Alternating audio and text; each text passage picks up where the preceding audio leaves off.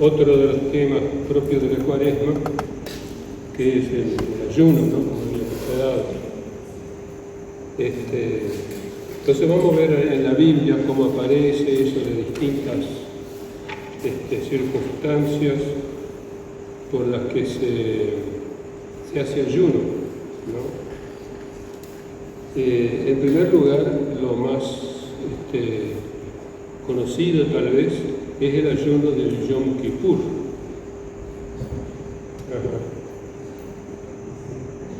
El ayuno del Yom Kippur o del Día de las Expiaciones. Eso es todos los años. Vamos a leer el texto bíblico primero y después explico un poco, ¿no? Acá tenemos un pasaje donde aparece claramente, es Levítico en el capítulo 16, del 11 al 16.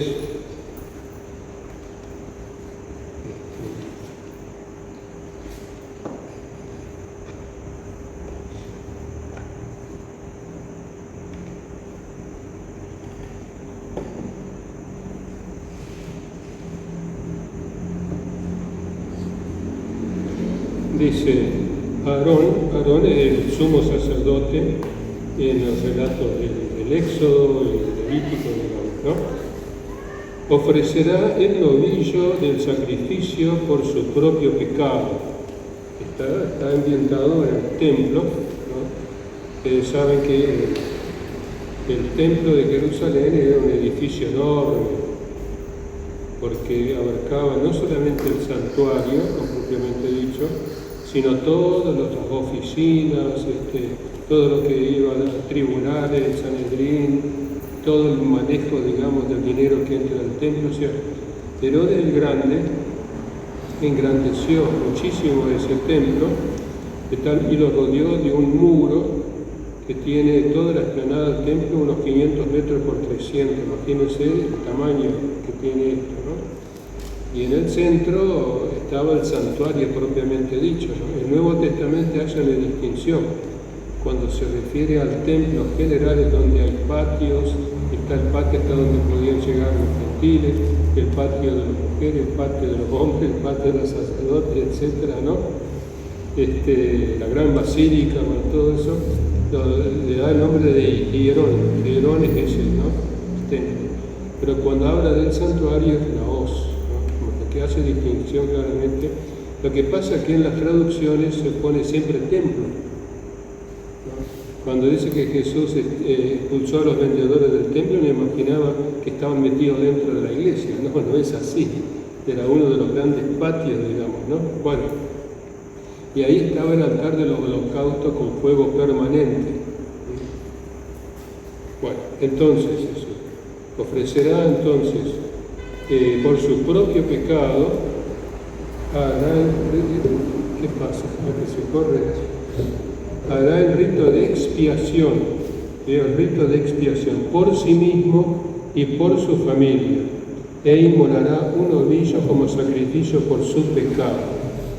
Fíjense que claramente es el sacrificio de expiación, y después viene, voy a terminar esto, ¿no? Luego tomará del altar, que está en presencia del Señor, un incensario lleno de carbones encendidos y 2 puñados de incienso aromático pulverizado para introducirlo todo detrás del velo. El santuario tiene un vestíbulo, una primera antecámara larga, que es el santo, y al final el santo de los santos, donde estaba, hasta el exilio babilónico, estaba el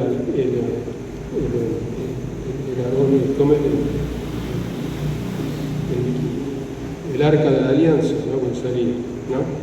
Que era símbolo de la presencia de Dios. Ese era el trono visible de la presencia de Dios. Bueno, ahí entraba el sumo sacerdote una sola vez al año, que en este caso en la fiesta de la expiación, en el Yom Kippur. Si no, no entraba nunca nadie, ¿no? Bueno, echará, dice, allí el incienso aromático sobre las brasas en presencia del Señor, de suerte que la nube de incienso se coloque encima de la cubierta de oro que está sobre la tabla del testimonio. Después tomará parte de la sangre del novillo, rociará con el dedo el lado oriental de la cubierta de oro y por delante y hará sobre ella 7 aspersiones de sangre.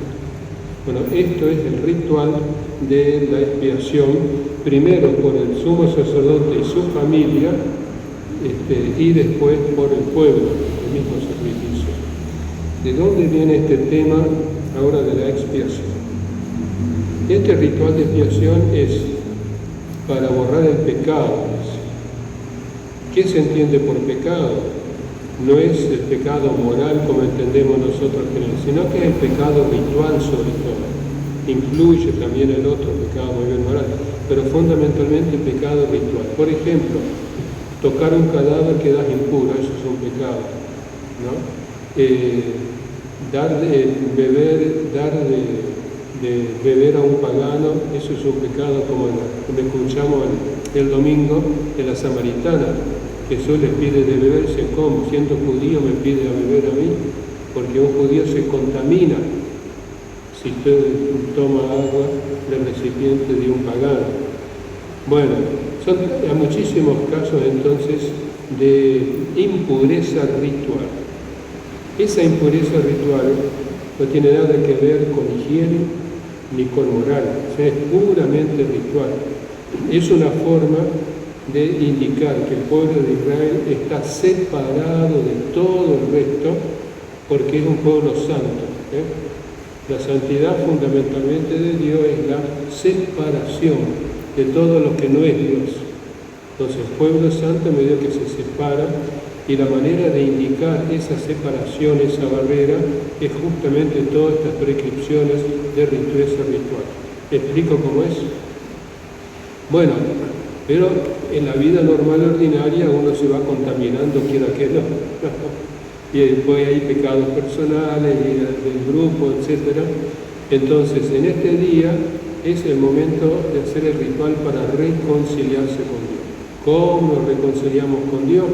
Restableciendo de alguna manera una especie de comunión de vida que se realiza mediante el rito de la sangre.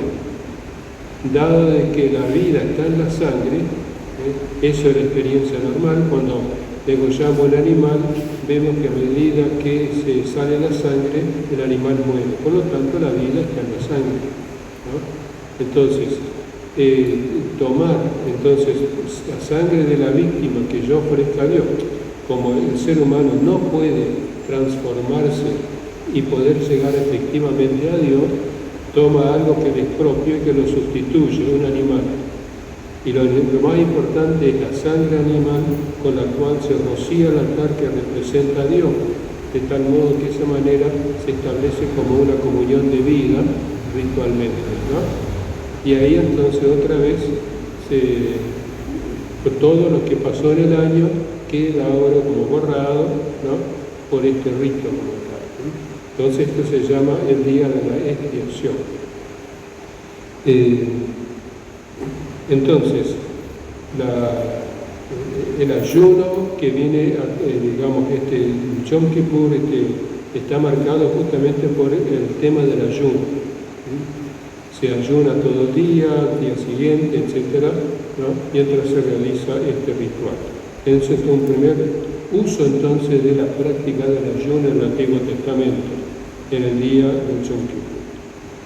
Después viene ayuno como preparación para el encuentro con Dios, ¿no? Por ejemplo, Moisés, cuando sube para recibir las tablas de la ley, ayuna durante 40 días y 40 noches. Eso lo tenemos en el Deuteronomio, pueden ver en el capítulo 9, del 9 al 11, digamos, como tal, ¿no? También el profeta Elías, ¿no? En el capítulo 1, Reyes 19, que camina 40 días hasta llegar al Sinaí, está marcado por el tema del ayuno. El profeta Daniel, en el capítulo 9, ¿no?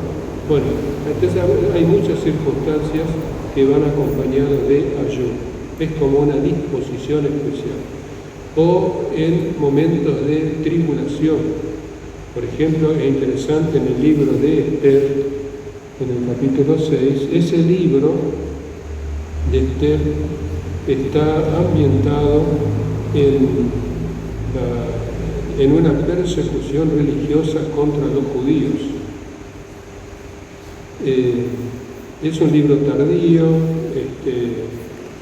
que entre las fiestas de Israel se lee durante el carnaval, ¿no? Este libro, porque aquí Amán es el primer ministro del rey, que decide, digamos, exterminar a los judíos del imperio persa. Y Mardoqueo es el judío que va a interceder ante la reina Esther, que es judía también, está casada con el rey, digamos, ¿no? Entonces, para cerrar esto, nos dice que se lee en tiempo del carnaval porque es el libro más ateo del Antiguo Testamento, ¿no? No menciona a Dios prácticamente, digamos, ¿no? Entonces dice que ese día, dice el rabino, se puede tomar tanto vino hasta no distinguir entre maldito sea Amán y bendito sea Mardoqueo, ¿no? Bueno, es una pequeña anécdota folclórica. Bueno, de ahí, por ejemplo, a ver, yo tenía en el capítulo 4, brevemente, Esther 4:16, dice, me voy a reunir a todos los, le dice Esther a Mardoqueo, ve a reunir a todos los judíos de Susa y ayunen por mí, sin comer ni beber durante 3 días y 3 noches. Yo y mis criadas ayunaremos también, después me presentaré ante el rey, ¿no? Entonces es una preparación en una situación muy difícil y muy peligrosa, porque el decreto de exterminio de los judíos ya estaba firmado por el rey. Entonces había que convencer al rey para que suspenda todo esto. Entonces para eso, tanto los judíos como usted se pusieron a ayunar durante 3 días, ¿no? Bueno, después como signo de conversión, creo que ya lo mencionaba Jonás, por ejemplo, ayuno de 40 días, no del rey y todo, ¿no? Como signo de conversión. Bueno, después también hay ayuno por devoción personal simplemente. El caso de Ana en el capítulo 2 de Lucas, cuando la presentación del niño en el templo habla de Ana, que vivía en el templo con oraciones de ayuno, como un signo entonces de piedad personal. Y Jesús, ante su ministerio, preparándose para su ministerio, en Mateo 4 lo vimos la vez pasada, también ayuna, dice el texto, 40 días y 40 noches. Después, en la iglesia primitiva, también se practicaba el ayuno para cierto momento importante. Por ejemplo, en Hechos 13, la comunidad de Antioquía decide mandar a Pablo y a Bernabé en su primer viaje misionero, porque hasta ese momento el cristianismo estaba reducido prácticamente a Palestina, y en este caso en Antioquía de Siria, como tal, ¿no? Entonces deciden mandarlos como primer mandato misionero por el Asia Menor, lo que es la actual Turquía. Dice, en la iglesia de Antioquía había profetas y maestros, Bernabé, Simón, a quien llamaban el Moreno, Lucio, el de Cirene, Natanael, hermano de crianza del rey Herodes, y Saulo. Saulo, el nombre judío de Pablo, ¿no? Un día, mientras celebraban la liturgia del Señor y ayunaban, el Espíritu Santo dijo, sepárenme a Bernabé y a Saulo para la misión que les he encomendado. Entonces todos, después de ayunar y orar, les impusieron las manos y lo despidieron. Fíjense, ante un acontecimiento importante, como en este caso el envío de un misionero, va precedido de oración, ¿no?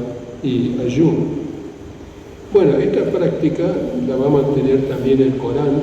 Ustedes saben que el islamismo es una combinación que hizo Mahoma entre creencias paganas de las tribus árabes con elementos judíos de la Biblia, tanto del Antiguo como del Nuevo Testamento, ¿no? Ellos tienen los patriarcas, todo, y Jesús es un profeta para ellos, el último de los profetas, pero es un profeta, ¿no?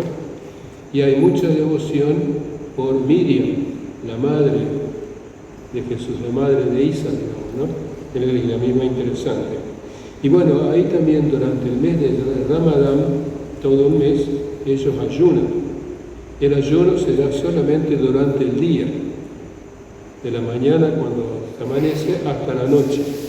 De noche pueden comer todo, ¿no? Y bueno, va cambiando, yo no voy a entrar en este tema porque nos vamos alejando, ¿no? Bueno, de todo modo esa práctica está, y el ayuno consiste en no comer, en no tomar agua, absolutamente nada todo el día. Agregan un cierto tiempo no fumar, por ejemplo, ¿no? Son todas formas de ayuno. Evidentemente que una vez que termina el día podés comer y cenar bien, y a la mañana un regio desayuno, con eso aguantar el día entero, digamos, ¿no? Bueno, estaba leyendo de que una vez que el problema de los musulmanes más en el norte, en el Ártico, donde durante el invierno, digamos, el verano, digamos, tienen 22 días, 22 horas de luz, el problema de ayuno hay que cambiarlo, digamos, ¿no? Bueno, son todas las cosas, digamos, que hay que adaptarse. Bueno, entonces vio que el ayuno aparece para muchísimas circunstancias, digamos. Es una forma de prepararse, de disponerse en una angustia, en un problema, para una misión, para esto, etc. Para recibir algo, una gracia de Dios, encontrarse con Él, etc. Bueno, después uno podría preguntar qué tipo de ayuno. Bueno, todo lo que es de alguna manera privarse de algo. Habitualmente se entiende de comida, pero puede ser del cigarrillo, puede ser del alcohol, puede ser del celular. Hoy en día es un gran ayuno ese para mucha gente, ¿no? Que puede ser para todo un día, una semana o los 40 días, ¿no? Y todo eso tiene como valor, como ya aparece claramente en el islamismo, un valor ascético por default. Es decir, es una manera de experimentar que uno puede ser dueño de sí mismo. Uno que se siente esclavizado por algo, por ejemplo, están las personas que juegan al bingo todos los días, por ejemplo. Bueno, es un vicio. Bueno, desprenderte de eso, no jugar y usar ese dinero para ayudar a un pobre, por ejemplo, para dar limosna. Porque oración, ayuno y limosna son las tres cosas que van juntas generalmente, digamos, ¿no? Entonces, cualquier atadura que uno tenga de cualquier tipo puede ser motivo de ayuno. Entonces, uno experimenta que puede liberarse de estas cosas, ¿no? Y cuando alguien experimenta que puede ser dueño de sí mismo, no depender, bueno, evidentemente tiene la alegría de haber conquistado una cierta libertad, ¿no? Bueno, ahí está. Y después el ayuno ético, porque dice, privándonos de comida, los ricos experimentan un poco lo que es tener hambre, dice, por ejemplo, en los niños, ¿no? Bueno, ahora, el ayuno como tal es una práctica, ¿no? Es un rito, pero el valor no está en el rito, el valor está en la finalidad que uno persigue a través de eso. Porque si se hace como rito se cae en el formalismo y que no nos aprovecha de nada. Lo dice el profeta Isaías en el capítulo 58.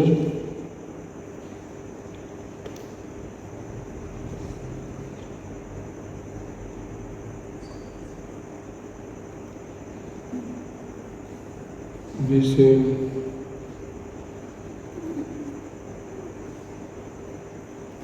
¿es acaso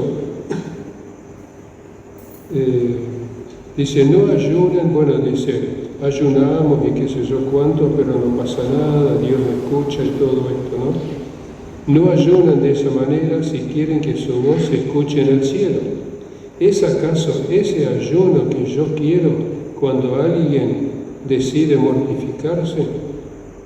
Inclinan la cabeza como una caña y se acuestan sobre cenizas con vestido de lana.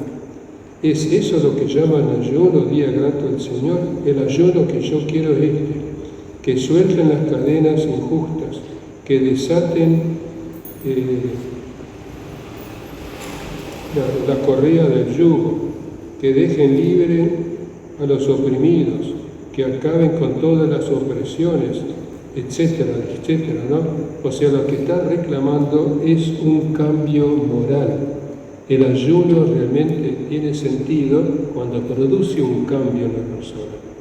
Ahora, si practicamos y no hay ningún cambio, entonces es formalismo, nomás que no sirve. Bueno, muy bien.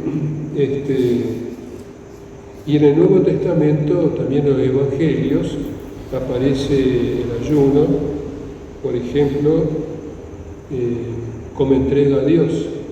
En el capítulo 6, cuando habla Mateo de la oración, ¿no? Tiene a la vista dos comunidades distintas, ¿no? Por un lado dice, no oren como los paganos, que con mucha palabrería creen que van a convencer a Dios. Ustedes oren simplemente. No oren como los hipócritas, que se paran en la esquina de la calle en el momento de oración para que todo el mundo los vea orando, ¿no? En cambio, y no ayunen, ¿no? Para que lo vean los hombres, no desfiguren su rostro demacrado, todo, ¿no? Para que la gente vea que están ayunando, ¿no? Si tú quieres ayunar o quieres orar, entra a tu habitación, que nadie lo vea, entonces tu Padre Celestial, vemos un poco que aparece también esto, ¿no? Y bueno, entonces, por de pronto tenemos todo este tema en torno a lo que podemos llamar esta práctica que se tiene que adaptar evidentemente a la condición de cada uno. Ahora hay algo curioso, y yo me voy a detener acá, que de paso puede servir para aclarar otro tema, que nosotros tenemos en el capítulo 17 de Mateo,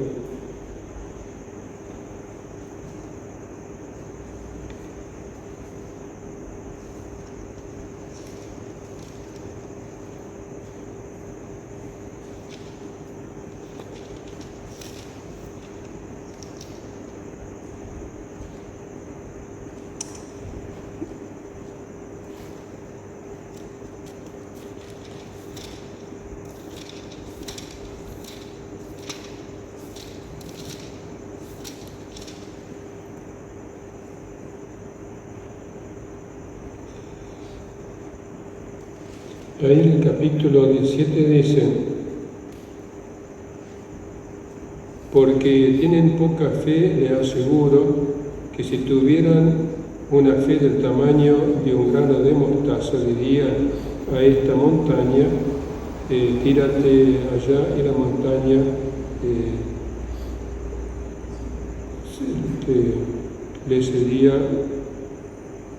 nada le sería imposible. Esto está en el versículo 20 y después salta al versículo 22, un día que estaban junto en Galilea. Tal vez ustedes nunca prestaron atención a esto.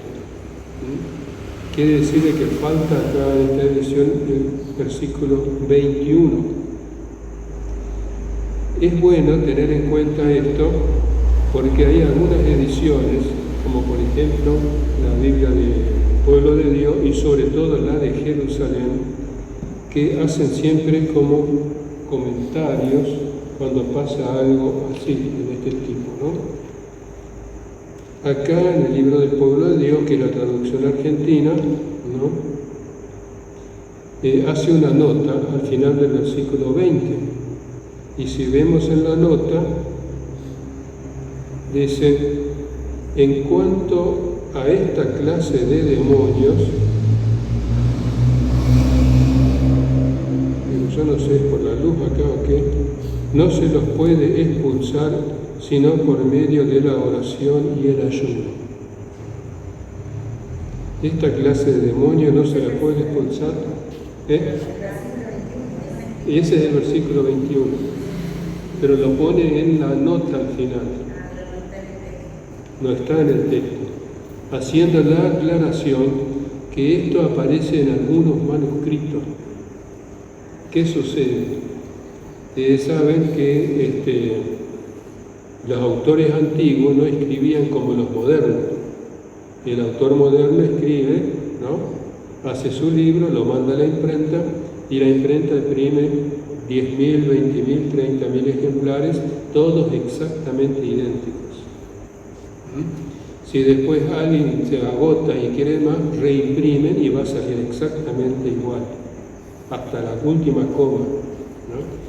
Pero en la antigüedad el autor escribía a mano sobre pergamino un solo ejemplar, evidentemente, ¿no? Entonces tenemos un ejemplar en donde está el texto en ese pergamino que es el soporte del texto. Pero si alguien quería también tener el libro, tenía que copiárselo, ¿no? Y si había mucha gente que quería el libro, y a veces había salones en donde había varios, ¿no? En el tiempo, copiando el libro, a veces adictado. Uno leía y los otros iban escribiendo dictado. Y de repente se hacían varios ejemplares. O si no, sobre todo en los monasterios, en la primera época, los monjes se dedicaban a transcribir. Ahora, se hacen copias del original, ¿no? Pero después van a hacer copia de las copias y van a aparecer copias de las copias de las copias, porque esto se va difundiendo, ¿no? Como tal. Y en la copia es normal que aparezcan errores, porque uno...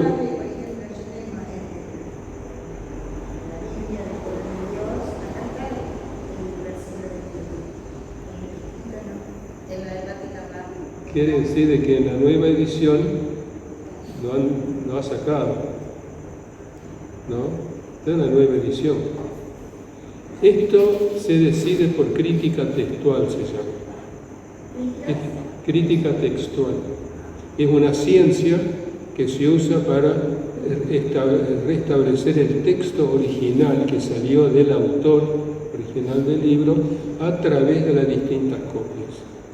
Esto se aplica tanto a todos los libros antiguos, de la cultura griega, la cultura latina, todo, porque no existía la imprenta, ¿no? Hasta que no apareciese con Gutenberg la imprenta, la cosa era así.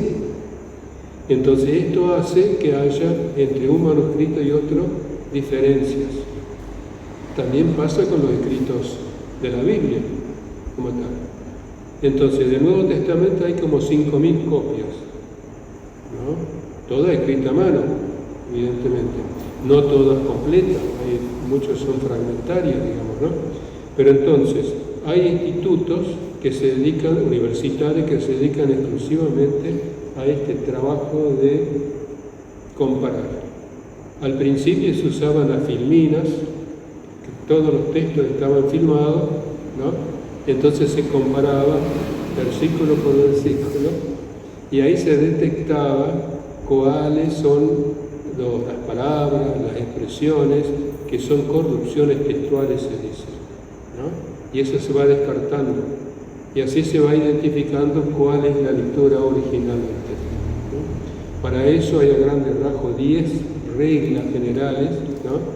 Pero es todo un trabajo muy detallado, digamos, ¿no? Entonces, las ediciones del texto original, en este caso, por ejemplo, del griego al Nuevo Testamento, le van a poner arriba el texto reconstruido, de la Biblia, ¿no? De todas las lecturas, porque el texto está íntegro el texto. Lo que pasa es que por ahí en algunos pasajes está desparramado, ¿no?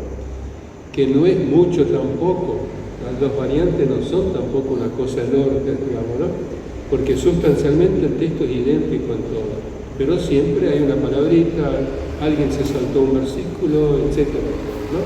Bueno, todo esto se reconstruye a través de esta ciencia, pero abajo hacen lo que llaman el aparato crítico, como hizo el libro del pueblo de Dios, ¿no? Dice, bueno, hay una nota arriba, uno va abajo, bueno, en tal manuscrito aparece esta lectura, o esta otra, y va mencionando varios manuscritos en donde aparece esa lectura. Y hay aparte una publicación donde justifican por qué consideran que la original es aquella y no esta, ¿no? O sea, es todo un trabajo, y cuando se hace comentario a la Biblia, bueno, los autores se manejan con eso, no con una traducción. Porque una traducción nunca da exactamente el texto original. Los italianos dicen que el traductor siempre es un traidor. Y claro, porque no puede expresar exactamente el texto.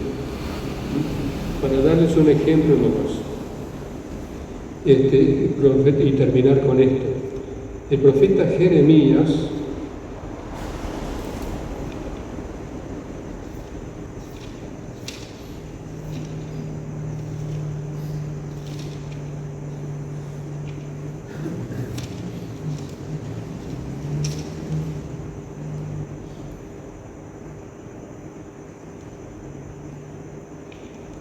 dice,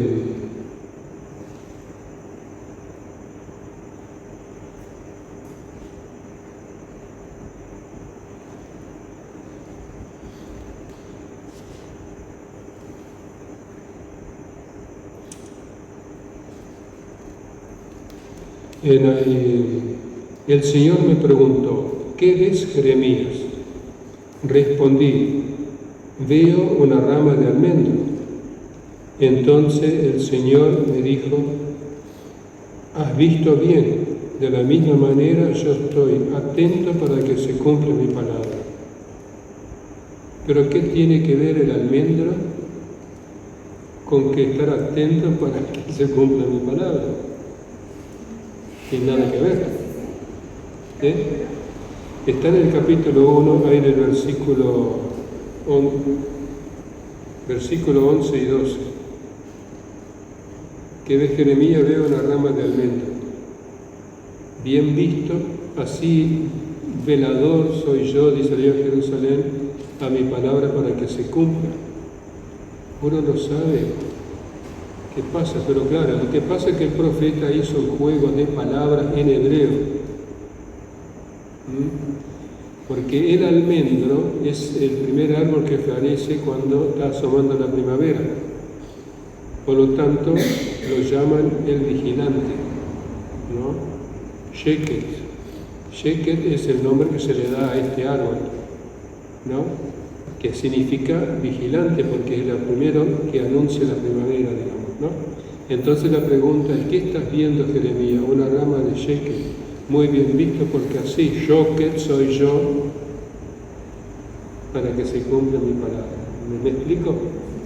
Es un juego de palabras, ¿no? Sheket, Shoket. Almendro, vigilante. Entonces acá tenemos que, ¿qué es lo que le importa al profeta? ¿La especie botánica? Evidentemente no. Lo que le importa es el juego de palabras. Ahora, ¿cómo hacemos nosotros al traducirlo, por ejemplo, en el castellano, para respetar, por un lado, la especie botánica y por otro lado, el significado?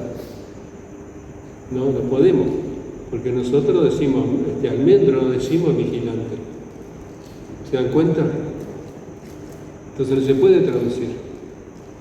Entonces Luis Alonso Shekel, por ejemplo, propone, dado que al profeta le interesa el juego de palabras y no la especie botánica del árbol, él traduce, ¿qué estás viendo, Jeremías?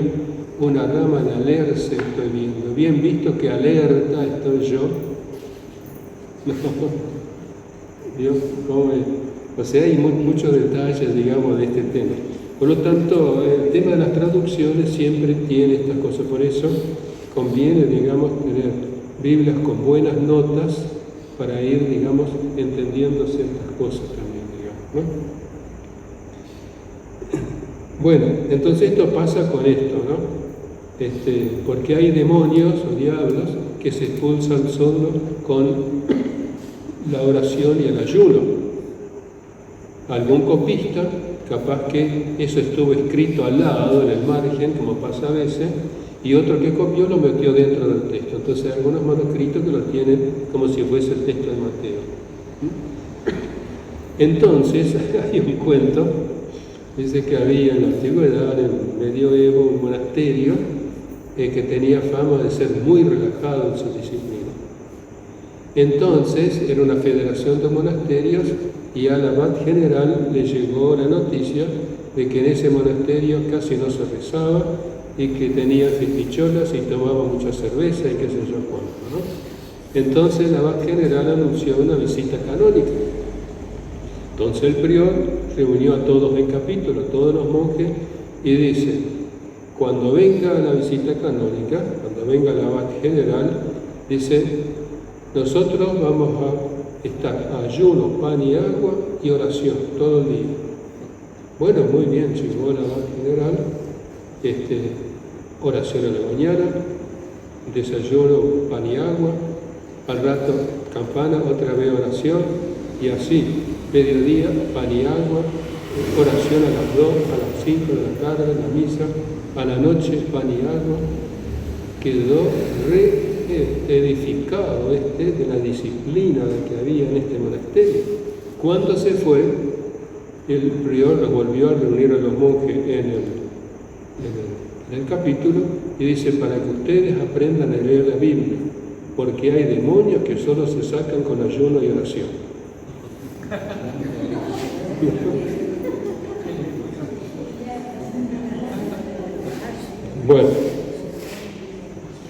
Bueno, vemos que entonces el tema del ayuno da para muchas cosas, digamos, ¿no? Lo importante es que sirva. Ahora voy a leer algo de los textos oficiales, digamos. Uno es el documento sobre la liturgia, de la Sacrosanctum Concilium, que está en el número 110.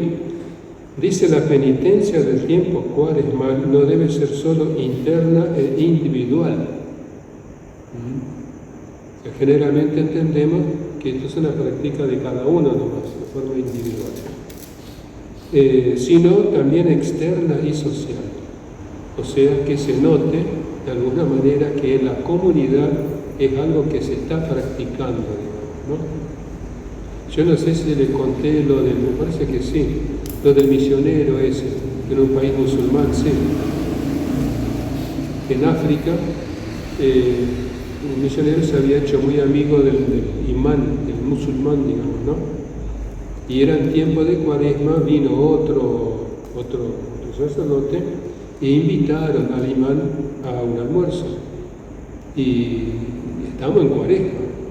Entonces le dicen, miren, nosotros antes de comer solemos tomar un aperitivo, un whisky. ¿Cómo? ¿En Cuaresma toman whisky? Se dan cuenta que tenía que ser algo social, ¿no? No era cuestión simplemente de observar uno individualmente, sino que también se debe notar que están practicando la Cuaresma, ¿no? Por eso se tiene que ser algo también externo y social. Bueno, evidentemente no es cuestión ahora de andar paseándose, mostrando que uno está ayunando o haciendo penitencia, no, si no estaríamos en contra del Evangelio. O sea, es algo que la comunidad tiene que tener en cuenta como comunidad, que después cada uno lo practica a su modo, lógico, ¿no? Foméntese la práctica penitencial de acuerdo con las posibilidades de nuestro tiempo, por eso algo que debe ser adaptado, y de los diversos países y condiciones de los fieles. Entonces todo esto no se puede aplicar de forma mecánica, ¿no? Que depende de la situación de cada uno en última instancia o de la comunidad, ¿no? O de las costumbres. Sin embargo, téngase como sagrado el ayuno pascual. Ha de celebrarse en todas partes el viernes de la pasión y muerte del Señor, y aún extenderse, según la circunstancia, al sábado santo, para que de ese modo se llegue al gozo del domingo de resurrección con ánimo elevado y entusiasta. Por eso, normalmente después de la noche de Pascua, se rompe el ayuno con una alegría especial. Después el Código de Derecho Canónico, en el artículo 1249, dice: todos los fieles, cada uno a su modo, estén obligados por ley divina a hacer penitencia. Sin embargo, para que todos se unan en algunas prácticas comunes de penitencia, se han fijado unos días penitenciales. Entonces, lo social está en el día. En ese día que es penitencial, todos tenemos determinadas prácticas, ¿no? En lo que se dedican los fieles de manera especial a la oración, realicen obras de piedad y de caridad y se niegan a sí mismos, cumpliendo con mayor fidelidad sus propias obligaciones también. Fíjense, esto es algo que no estaba antes, ¿no? Las propias obligaciones también son parte de este tiempo penitencial. Y sobre todo observen el ayuno y la abstinencia a tenor de los cánones que siguen, ¿no? Entonces especifica que es obligatorio el ayuno miércoles de ceniza y viernes santo, ¿no? La abstinencia desde los 14 años en adelante, y los adultos ayuno hasta los 59 años. Quiere decir, los que tenemos 60 años ya no tenemos obligación de ayunar. Probablemente tenga que ver que en la antigüedad la edad avanzada ya era muy avanzada y por razones de salud. ¿Cómo? No tenemos obligación.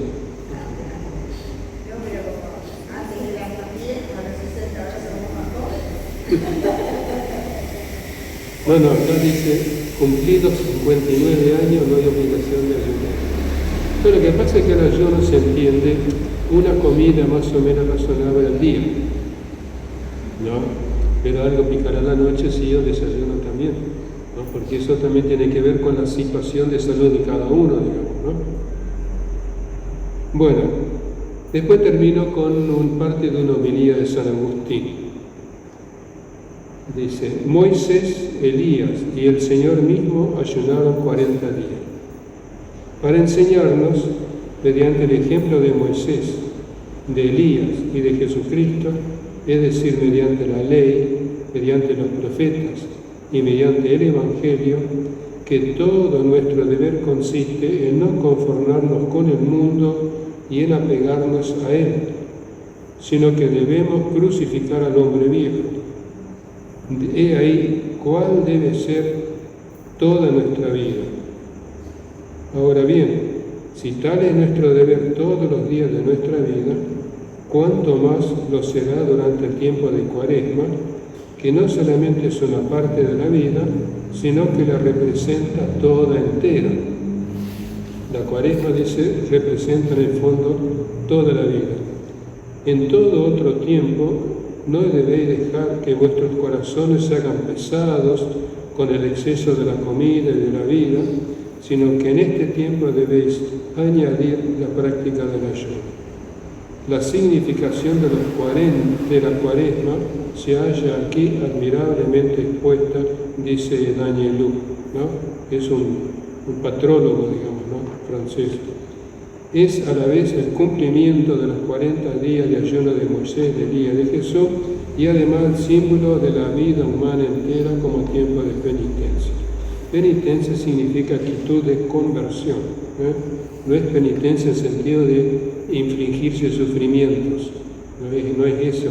El sentido vulgar de penitencia es cuando antes se le imponía una penitencia a un chico que no estudiaba, ¿qué es eso? No es ese el sentido, sino actitud penitencial significa actitud de conversión fundamentalmente. Y en función de eso están todas estas prácticas del ayuno, de la abstinencia, etc., ¿no? Y finalmente, para concluir, los días penitenciales son los marcados tiempo de Cuaresma, y a veces en Europa, por ejemplo, existía también el martes y el viernes. Por eso todavía hay una costumbre de comer pescado los viernes, por ejemplo. Y eso viene porque era considerado como día penitencial. Ahora, el domingo y las fiestas está prohibido hacer penitencia, porque es este día sagrado. El domingo es pascual. El domingo es la repetición de la Pascua semanal.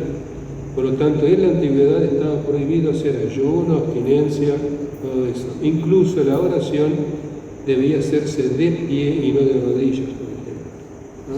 Porque de pie es la actitud del que alaba, ¿no? Nosotros el Gloria lo recitamos de pie, por ejemplo, ¿no? Y bueno, esto entonces es para también ver cómo hay un ritmo durante la semana, es como que hay un tiempo penitencial en Cuaresma, pero domingos, ¿no? Es un día festivo. Bueno, espero que haya ayudado un poco todo esto, ejemplos y cosas para darnos una idea global, ¿no?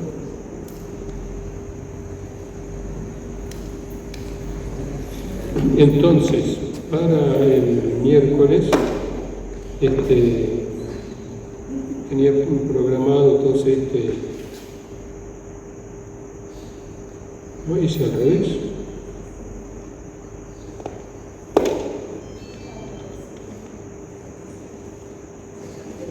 Ya me estoy confundiendo, debe ser la edad.